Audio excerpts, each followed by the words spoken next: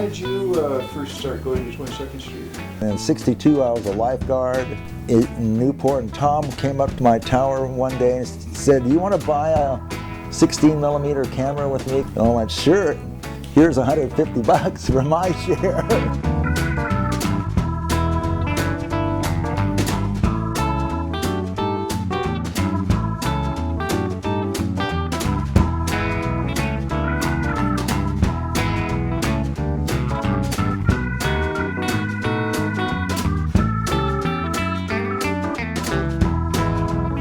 When you surf places like Blackie's, you reap the benefits of learning from what came before.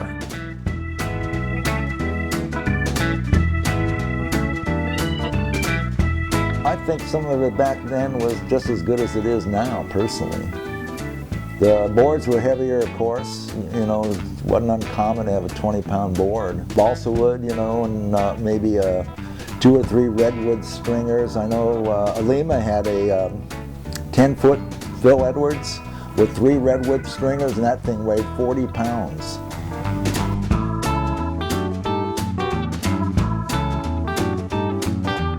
Greg Brown was a superstar. He was up here and everybody else was down here.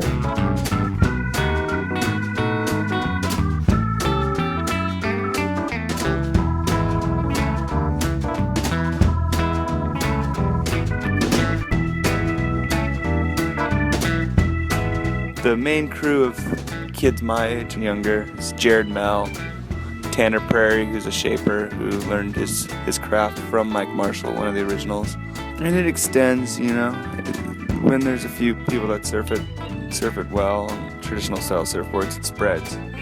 And it's cool. It's cool for me to go down there now because I see kids that I don't even really know on a personal level surfing really good. That break became known as Blackie's. Had that happened yet? Yeah. Mm-hmm. And why was that?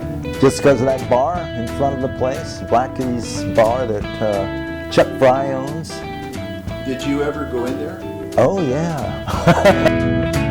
The scene's cool. Everyone kind of hangs out in the parking lot in a kind of outdated fashion. There's bars on the beach, so it's typical for surfers to go out and have a drink after they surf.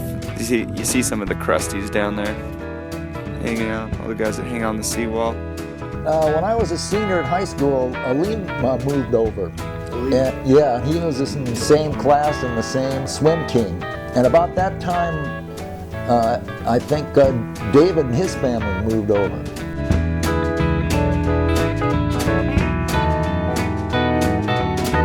He was like the cat's meow, like Chris Marseille when Chris Marseille showed up.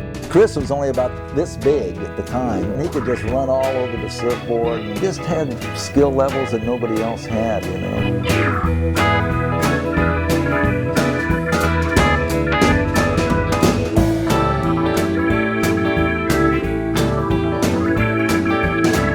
It also helps having the older generation there, helps put a younger generation in perspective of, lifestyle that's surfing.